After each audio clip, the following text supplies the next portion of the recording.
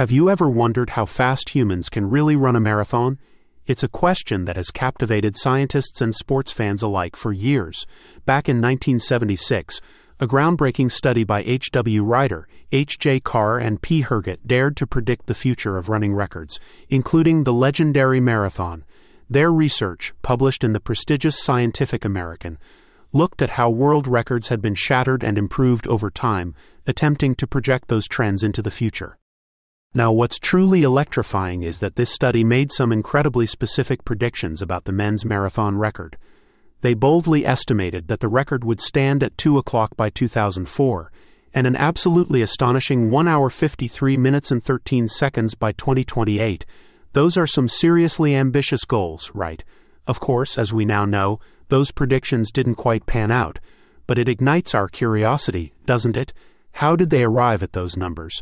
And what does cutting-edge research reveal about the ultimate limits of human speed? So let's dive headfirst into that fascinating 1976 study. First, who were these pioneering researchers? While the specifics are a bit sparse, we know that researchers in this realm often possessed backgrounds in engineering and the sciences. For instance, a related study from that era was authored by Peter S. Riegel, a brilliant engineer with a burning passion for long-distance running.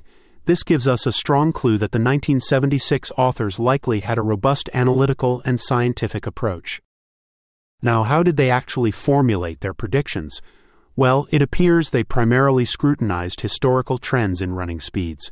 They meticulously observed that maximum running speeds, from the explosive 100-meter dash all the way up to the grueling marathon, had been surging at a fairly consistent rate, about 0.75 meters per minute per year, since 1913. They did acknowledge that there were some fluctuations, some exciting blips caused by those exceptional, once-in-a-generation athletes, but the overarching trend was crystal clear to them. Essentially, they fearlessly extrapolated from past performance to predict future performance. It's important to emphasize that their analysis also incorporated the concept of special endurance in running, which is a clever way of comparing performance across different distances.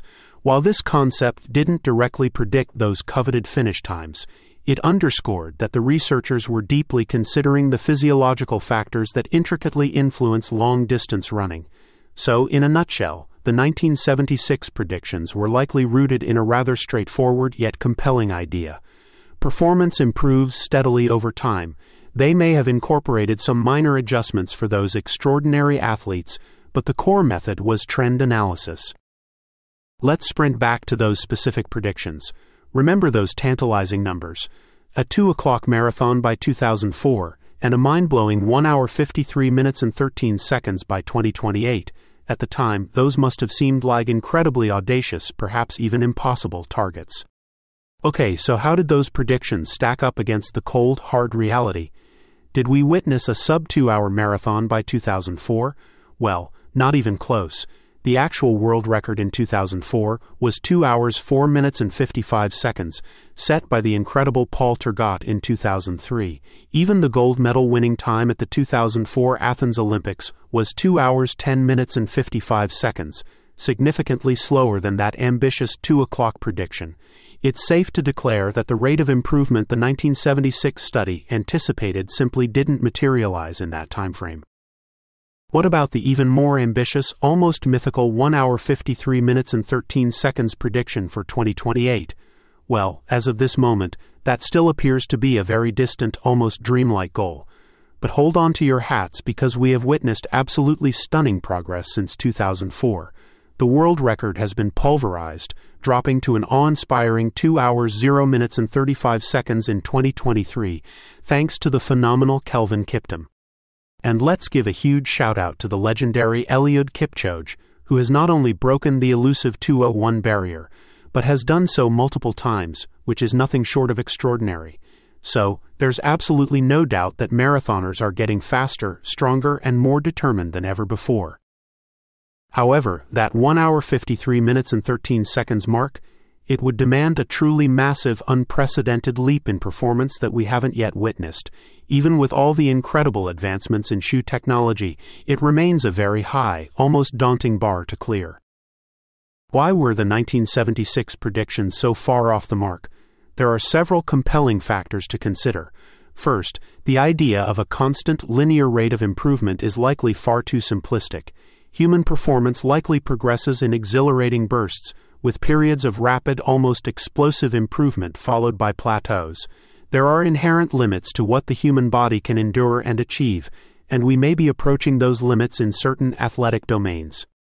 Secondly, we've experienced mind-blowing advancements in training methodologies and nutrition since the 1970s. Athletes are training smarter, utilizing cutting-edge techniques like high-intensity interval training, and they possess a far deeper understanding of how to fuel their bodies for optimal peak performance. These transformative developments have significantly pushed the boundaries of what's deemed possible. And let's not overlook the monumental impact of technology. The shoes runners wear today are light years ahead of those from the 70s. Innovations like carbon fiber plates and revolutionary improved cushioning have been scientifically proven to make a real, tangible difference in running economy and speed. Finally, it's entirely plausible that the 1976 predictions underestimated the fundamental physiological limits of marathon running. There may well be a point beyond which human performance simply cannot be pushed, regardless of how advanced our technology or training methods become.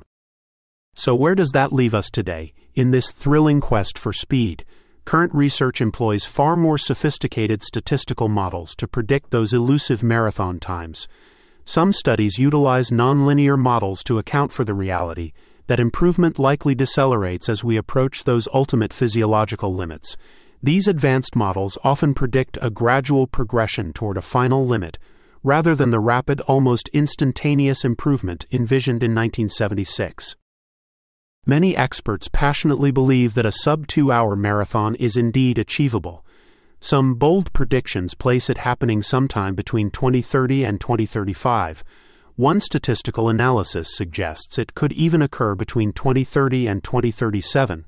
However, others are more cautious, wisely suggesting that it might require several more generations of dedicated athletes to finally reach that coveted milestone. It's crucial to remember that predicting the future is always fraught with challenges, especially when it involves something as intricate and dynamic as human performance.